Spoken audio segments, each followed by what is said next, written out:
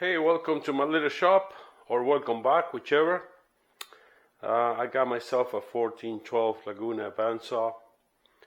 I didn't do an unboxing and putting it together video because Laguna has very comprehensive videos that, better than I can do. So, anyways, I only bought one blade, which is a Resaw King with clean finger cutting technology, and yeah, I will tell you what I think of this in on a future video. But as you can see over there, I have a 10-inch Icon, and I want to do a bandsaw boxes. I'm laughing when I say bandsaw boxes because if I take a bit of a spin around, you see there is no saw stop in my shop because I don't want my saw to stop, and I have no festool, and yeah, I see those festool sustainers, which I mean, I don't know, I've been around 50 something years. To me, it's a plastic box, and it's not sustainable whatsoever because it's plastic. But I guess marketing gets to people, so I guess I'll be making bandsaw sustainers or boxes. Anyways, I wanted to resaw my own lumber, so I made that investment, and whenever I see a decent piece of log, I'm gonna just put it in the back of my truck and take it home and resaw it and dry it out so I can get free wood. I don't know if it's $1,700 Canadian, how much wood can I buy, but I think it'll be fun doing that. If not, I'm gonna grow my own tree, and then I'm gonna cut it. So we're gonna start with that right now. You thought I was joking, huh? So yeah, let's plant a tree right here in the shop, see what happens. A tree.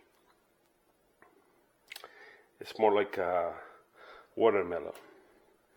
Let's try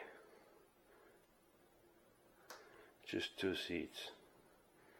People usually put 3 or 4 just in case, but I'll say I'm no guts, no glory.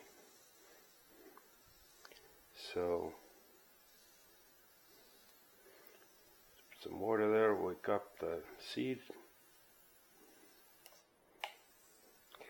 and yeah, maybe we'll grow a big watermelon and cut it in half with a carbide resaw blade. See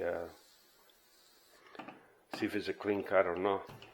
But anyways, yeah, let's put this guys up there. I'm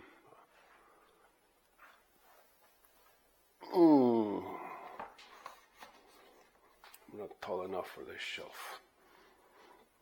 And yeah, I will give you an update, see how they done. I have some, I don't know if my camera, hopefully my camera's pointing the right way because it's in my head.